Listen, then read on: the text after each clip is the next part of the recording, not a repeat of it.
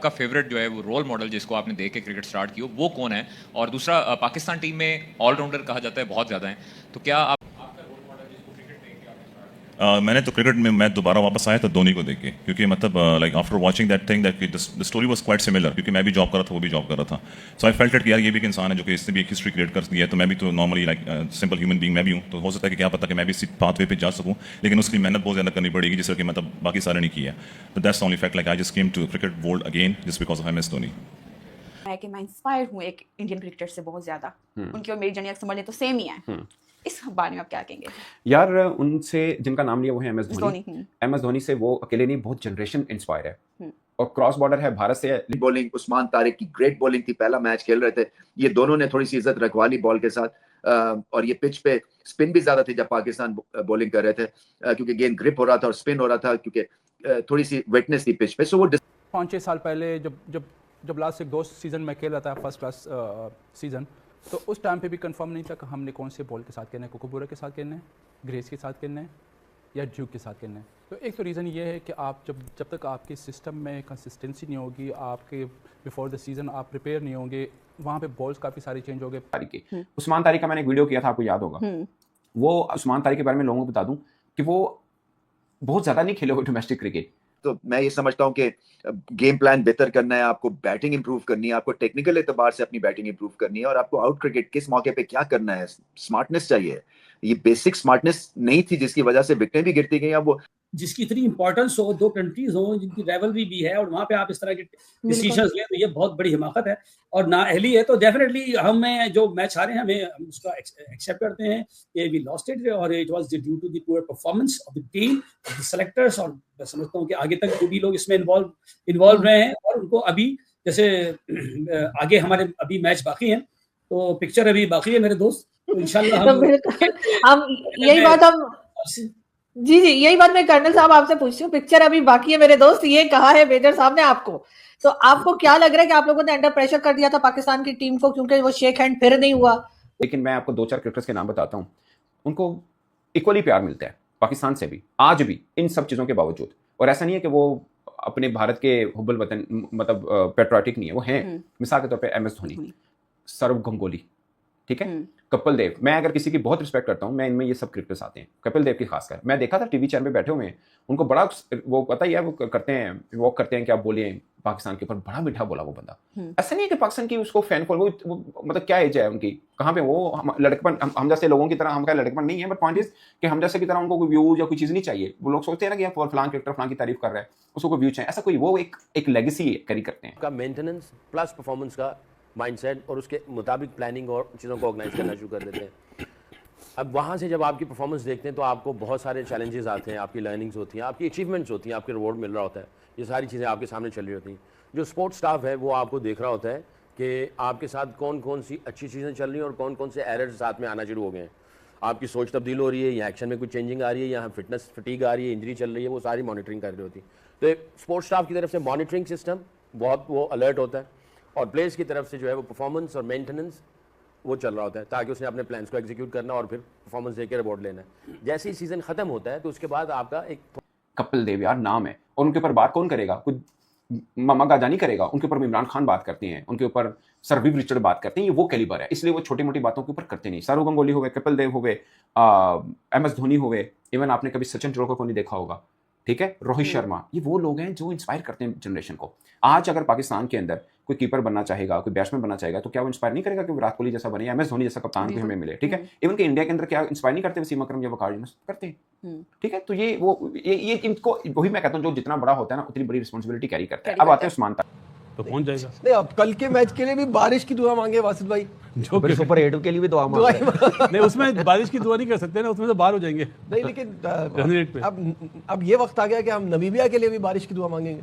भाई देखो, चलो अभी वो तुम लाइट मतलब सही बात कह रहा था, जिम्बाब्वे तो चाह रहा होगा चौके छक्के मारने की, ठीक है, चला गया स्कोर 14 ओवर पे, बट गेम को लेके तो जाएं. अगर आखिरी के 2 ओवर्स में पाकिस्तान को सिर्फ 22 रन भी चाहिए थे, 25 रन भी चाहिए तो फिर भी एक आउटसाइड चांस है विद विकेट्स इन हैंड. वो विकेट्स तो आपकी गिरती गई, और वो फिर इक्वेशन वहां से भी खराब होती गई, और फिर ना कोई उसमें एक्सेलरेशन थी. जैसे ही थोड़ी सी एक्सेलरेशन होती है, और इतनी बड़ी आउटफील्ड है, 84 मीटर्स की सीधी फेंस है, 86 की लॉन्ग ऑफ पे है, 75 मीटर की स्क्वायर पे है, तो आपकी फॉर्म भी नहीं, आप छक्के लगा रहे हैं, सिंगल ले, दुक्के ले। ऑस्ट्रेलिया ने 22 दुक्के लिए थे, वो भी तो बड़ी हिटिंग कर सकते थे, बट सिचुएशन के हिसाब से अपने आप को ढालना है आपने।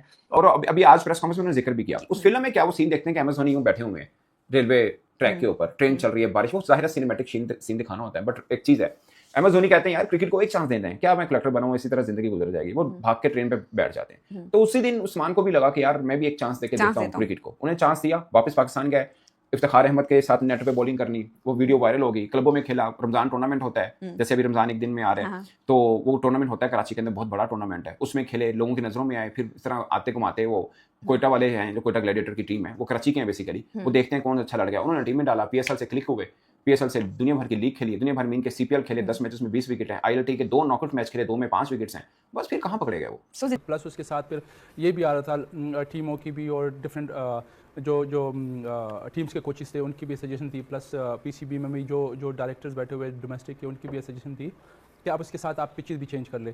तो ओवर द पीरियड जब वो बॉल को कोबोरा पे आ गए, फिर लोकल पे आ गए, लोकल को कोबोरा बना रहे थे, तो उसमें ये था कि एक साल पे काफ़ी सारे रन हो गए, जिसपे शिकायत लग रहे थे कि बॉलर्स के लिए कोई सपोर्ट नहीं मिल रही। किसका है? चलिए मैंने आपकी तरफ हाथ बढ़ाया, बताइए क्या करना है।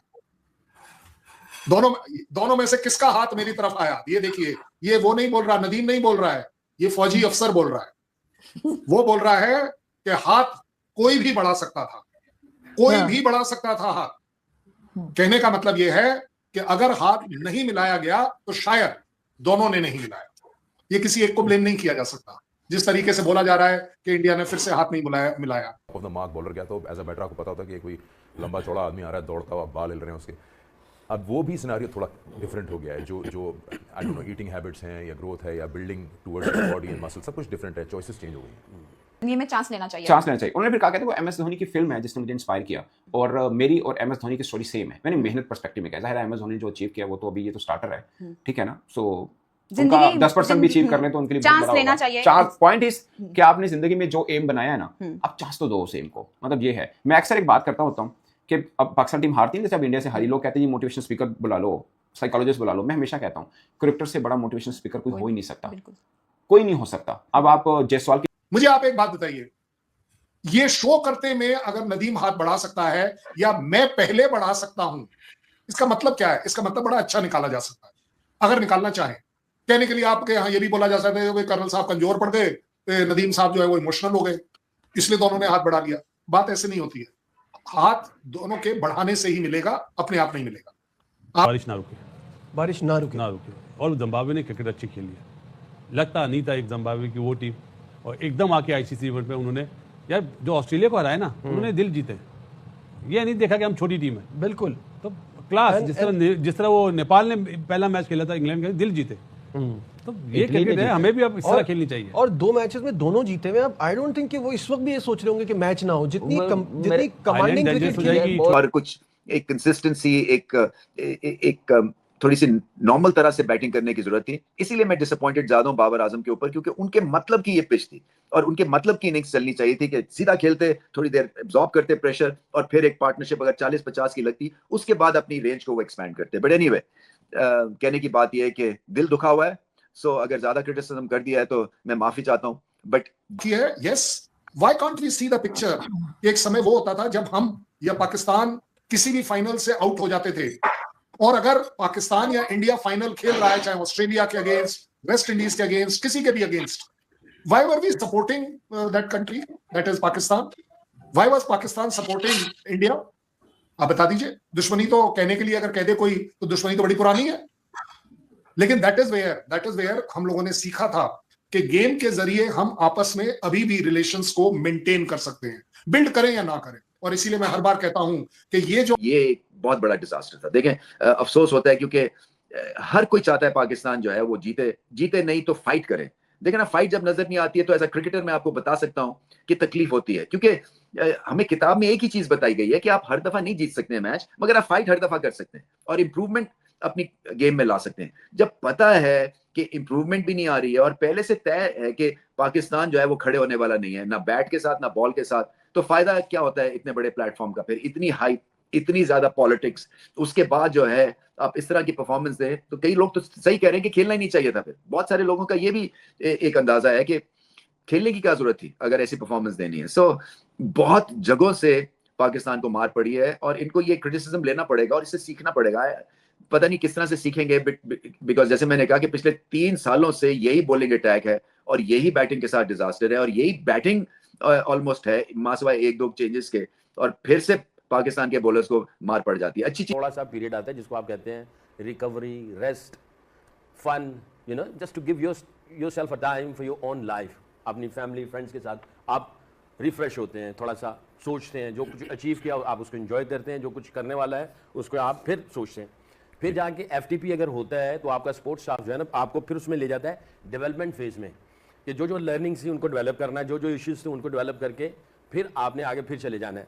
अगर वो डेवलपमेंट फेज नहीं मिलता आपका तो आप इवॉल्व नहीं होते internally, technically, tactically and in all aspects in general life as well, क्योंकि लाइफ में बहुत सारे प्रेशर्स भी आ रहे होते हैं तो उसमें भी आपको आप डेवलप होते हैं। जैसे सोशल मीडिया है, बहुत सारे प्रेशर्स और भी आ रहे होते हैं। अगर ये फेज आपको नहीं तो आपके और मेरे बीच का कल्चरल स्पोर्ट्स ब्रिज है, इसके ऊपर 2 वे ट्रैफिक लगाना जरूरी है। मेरे इसका जवाब जब तक नदीम का हाथ उठकर नहीं मिलेगा तब तक आरजू काजमी साहिबा आप हमारे बीच में कुछ नहीं कर पाएंगे, आप बोलती रह जाएंगी। बढ़िया बात जो नदीम साहब ने कही, जो उसको मैं समझता हूं कि किसी भी टीम का, किसी भी सरकार का, किसी भी फौज का, किसी भी कंट्री का सबसे बड़ा जीत जब होती है जब उसकी अकाउंटेबिलिटी हो। जहां अकाउंटेबिलिटी नहीं होगी आप देखेंगे कि चीजें खराब होंगी, चाहे वो आपके यहाँ हो, मेरे यहाँ हो, किसी भी कंट्री। दोस्तों आपको बता दें, उस्मान तारिक ने अपने इंटरव्यू में कहा है कि वो महेंद्र सिंह धोनी के फैन हैं और उनसे बहुत ज्यादा प्रेरित है। उस्मान तारिक ने यह भी बोला है जैसे महेंद्र सिंह धोनी ने अपने करियर की शुरुआत करी थी, वो भी पहले एक नौकरी करते थे, उसके बाद महेंद्र सिंह धोनी ने अपनी मेहनत से क्रिकेट खेलकर इंडियन टीम में जगह बनाई है। मेरी कहानी भी उसी तरह से है। दोस्तों आप जानते हैं भारतीय टीम के पूर्व कप्तान महेंद्र सिंह धोनी ने दुनिया को सिखाया है कि दबाव में कैसे शांत रहा जाता है। 2007 का T20 वर्ल्ड कप और 2011 का वर्ल्ड कप जीतना उनकी लीडरशिप का ही उदाहरण है। दोस्तों भारतीय क्रिकेट व्यवस्था ही ऐसी है जहां पर काबिल इंसान को मौका मिलता है, लेकिन पाकिस्तान की व्यवस्था उसके बिल्कुल विपरीत है, जहां पर कि खिलाड़ी पीछे रह जाते हैं और सिफारिश को ज्यादा मौके मिलते हैं। इस समय पाकिस्तान क्रिकेट की जो बुरी हालत है वो इसी कारण है। तो दोस्तों आपकी इस वीडियो के बारे में जो भी राय है प्लीज कमेंट बॉक्स में जरूर लिखना।